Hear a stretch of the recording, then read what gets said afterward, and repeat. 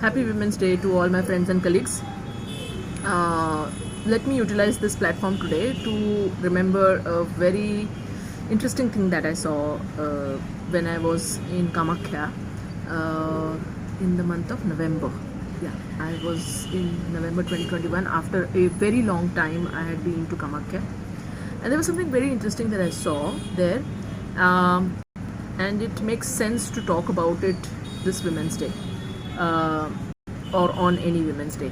So, typically, if you see the Indian spirituality, or rather Hindu spirituality, it has a lot of gender biases. Okay, so on an overall sense, I'm not going to go into details over here as to why, what, and so on and so forth. There are a lot of gender biases that we face in pursuing certain kind of spiritual merits, which is there across any traditional methods of spiritual practices. That's what I have seen. Even in Buddhism, there are what do you call as impediments for or rather gender biases are there. So there are a lot of people, a lot of women who are women sadhikas who are actually doing a lot of work in that in those areas in order to remove the gender biases, etc.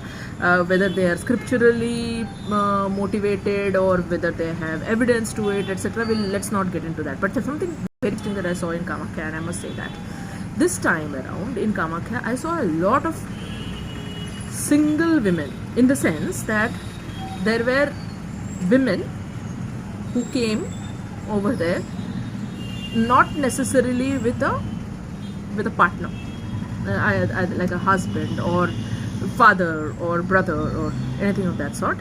There were women who either came alone, like me. I visited alone, and there were a lot of women who visited alone over there, and they belonged to, I must say that they were well spoken, English educated, pretty urban disposition that they had.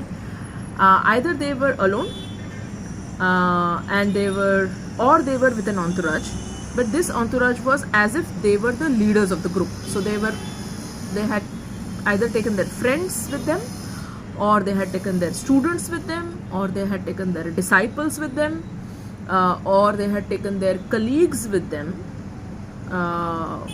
for this for visit to the Kamakhya.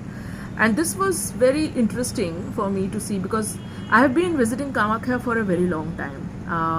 Of course, I had taken a break in between. One was due to the COVID reasons, and the other some other personal reasons that I had. But it was very interesting to observe this phenomenon. And and many of these women that I saw, not few, amongst the lot, the majority of the women that I saw, when they went to the temple, they were either wearing red saris, or they were wearing red bordered saris. They seemed extremely powerful in terms of the glow from within, and they seemed to be very, very confident of themselves while walking alone or talking with the pujaris over there, or probably talking to their or addressing their group. And it was amazing for me to see this. It was repeated. Well, it was not a spiritual setup, but it was repeated when I went to Meghalaya. Okay, so from Guwahati I went to Meghalaya, and there too I saw a lot of teachers, women teachers who had brought their entourage of students and students from international students who were probably doing some kind of a research on the tribal culture of that place, etc. But it was extremely positive and amazing to see this, and I wanted to actually say this to you on Women's Day and use this platform, because generally what we end up doing on Women's Day is we do the mark division between men and women becomes extremely vivid on this day, and there is a little bit of I feel, I mean, this is my personal opinion, is there is a little bit of and that's a negative emotion according to me. Okay, so I would not say, I would not like to define it in any other manner, but I feel that there is a little bit of negative energy to that, and I did not want that to happen, and I wanted to speak to you all about this wonderful phenomena that I saw. And I really loved those women over there, and the way they conducted themselves. And I must here end this video with the message that